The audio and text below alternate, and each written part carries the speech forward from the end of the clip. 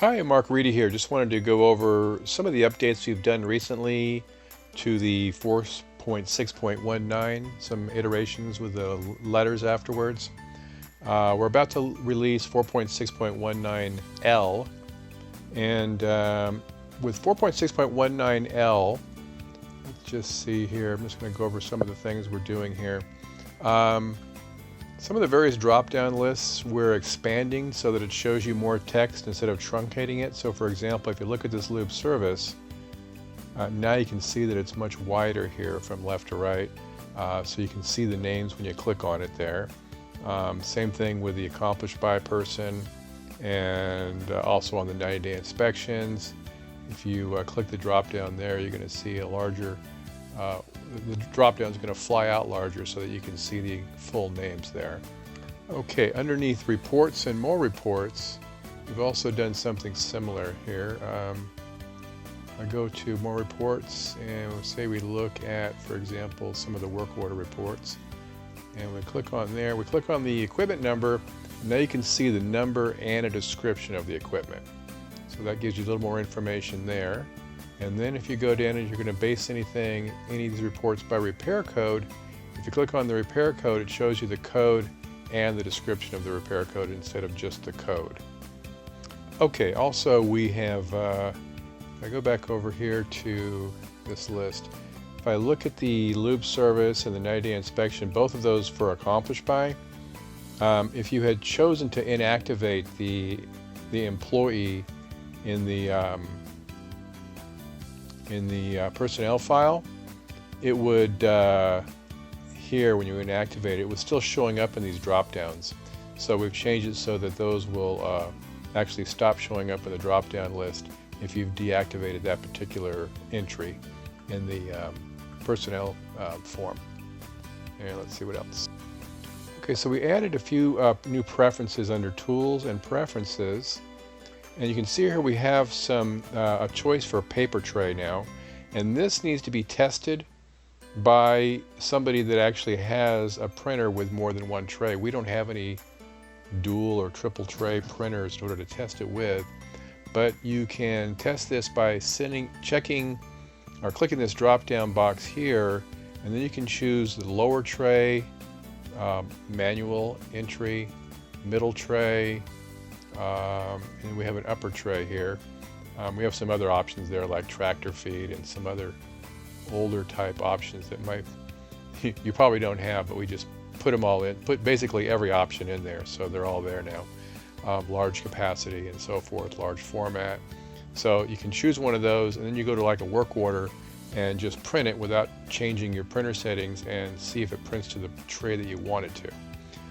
The other one is printing on both sides. If you have a duplex printer, you can choose this flip on long edge is basically like turning it like a book, so it'll print on both sides of the paper with the top on the same side on both sides.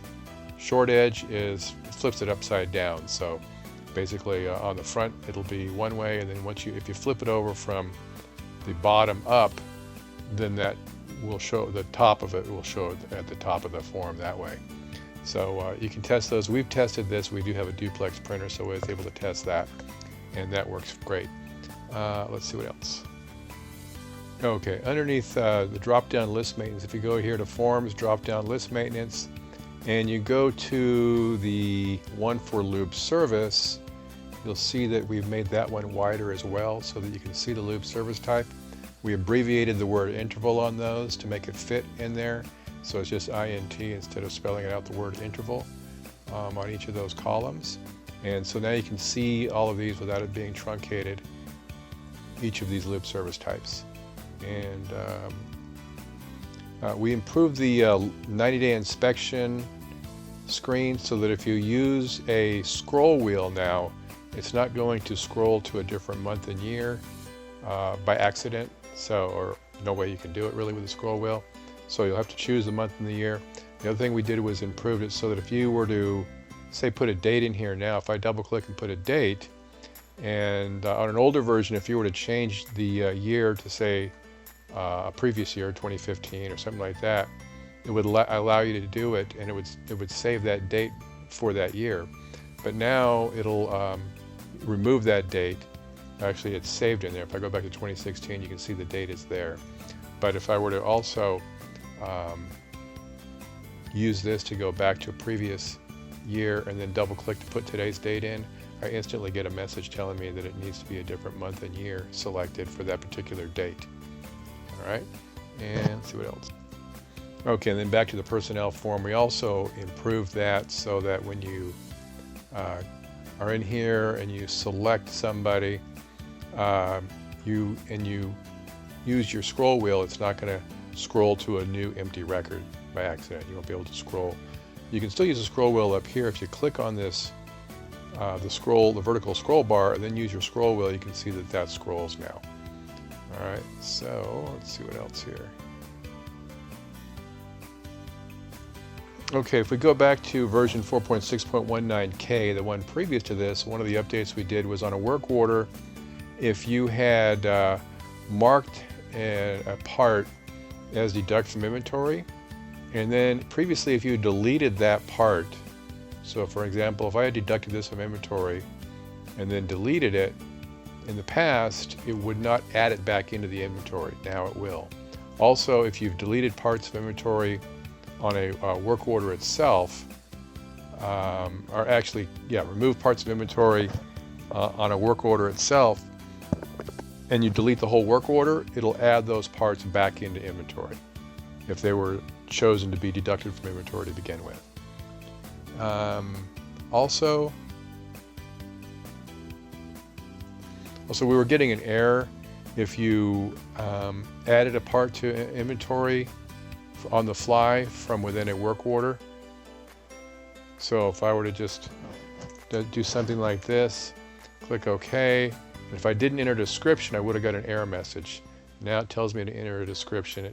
It's just basically a fail-safe to make sure we don't get an error message on that. So you can just complete it that way. You don't have to put a price in though. Okay, we also added on this 4.6.19K, we added a scroll bar to the parts inventory screen.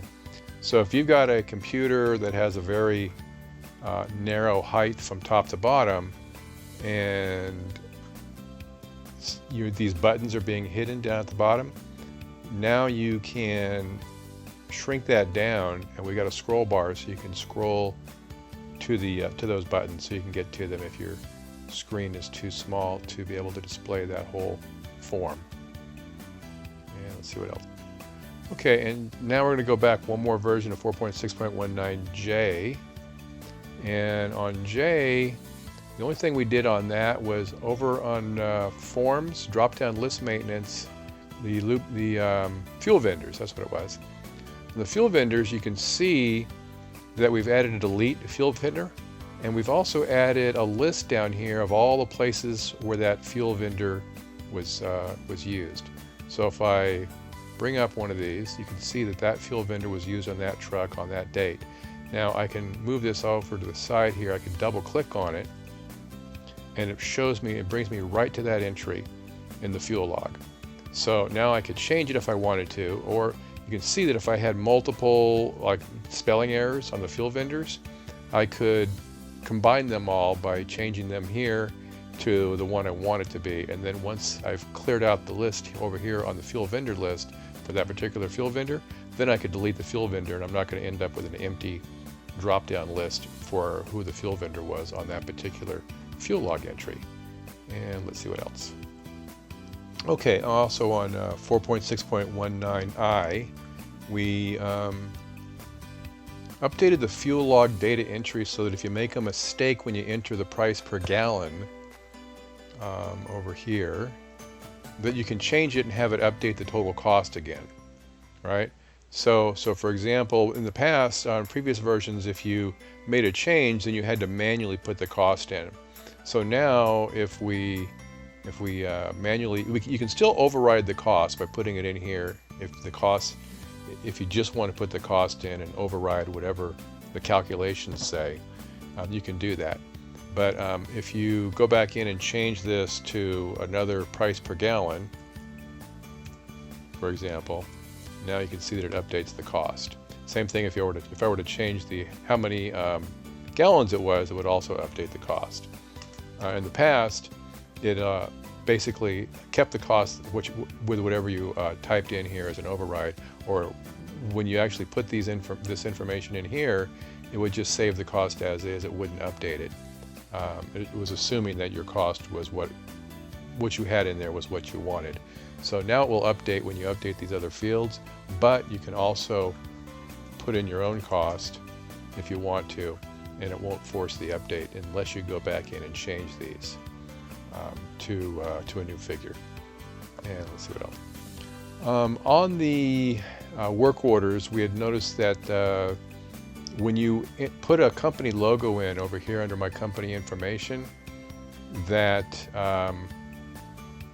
the logo was getting covered up by the text. It wasn't lining up properly. So now there's no logo on this particular one, but if I were to click on print and say no to that, you can see that it's lined up properly the way it's supposed to.